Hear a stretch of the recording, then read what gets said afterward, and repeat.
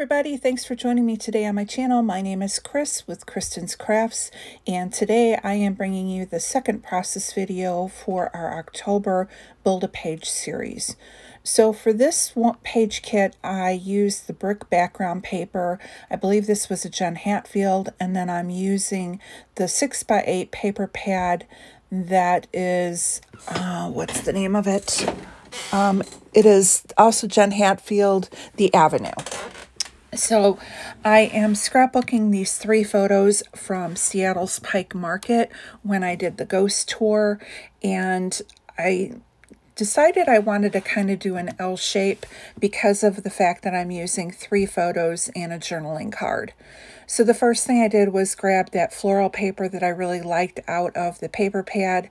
I'm trying to see if there's a way of matching up the pattern so that I can have the florals kind of match, but I ended up not doing that because I am actually going to put my other half of my L over that paper line, so it really won't matter. So I decided to go with the title, the Seattle Market Ghost Stories. That was just a picture I took of their sign outside their building. I like doing that whenever I am like at a vacation place or, you know, or a restaurant. If you take a picture of their billboard or their sign, you can use that kind of as your title. So here I don't need to have any other titles. That picture says it all, that I'm at Seattle Market and I'm doing the ghost tour. So the next paper I decided to pick was this plaid. I liked that it pulled out the oranges from the Ghost Stories photo. And then I just liked, it still gave it a little bit of a masculine feel. I don't know why, you know, Gumwall, I decided it needed to be masculine. You know, who knows. But I just thought it went with the mood of the pictures of the gum wall in the alley, and I just want to keep that feel going. So here I'm just trying to lay out where I want this journaling card to go. My problem is in that bottom photo, there is a gentleman that is kneeling down taking a photo, and I really didn't want him in the picture. But I also wanted to keep more of a triangular element for when I do my clusters. And so I was trying to see if I could cover him up using the journaling card, but I felt like it was too low, and then I was covering up too much of that plaid paper.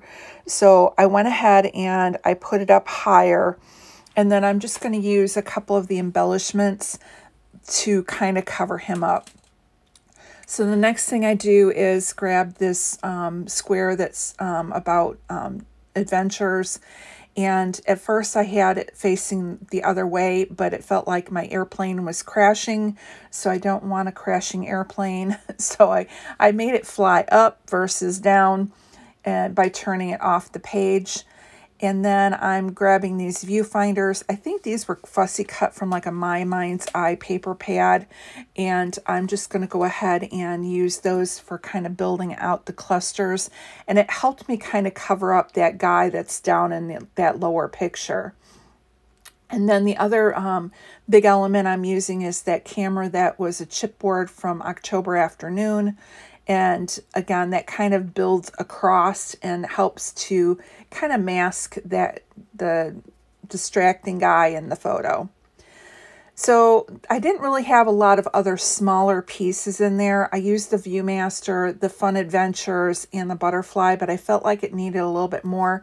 So I have my little tub of Dottie About Flair on my desk. So I just went in and tried to grab a couple of them.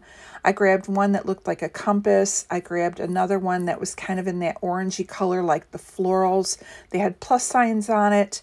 And then the other one I grabbed had some of the greens and other colors, and it had arrows. And I'm just going to use that. Now to add just another little touch, I just grabbed one of my little mini paper clips. I put that on the journaling card, and I'm going to go ahead and pop up my flare on some of my Dollar Tree foam.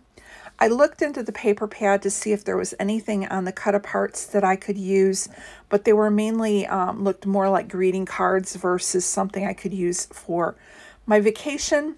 So I didn't use those. The last thing I'm going to do is grab some enamel dots, and I'm going to put them, some blue ones down.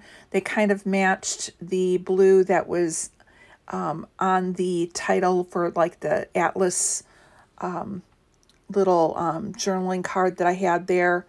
And that's going to be it for this layout. Used a lot of random things. Like I said, I had October Afternoon on here, My Mind's Eye. I think We Are Memory Keeper is the airplane tag. I had the Atlas collection for the One Adventure tag.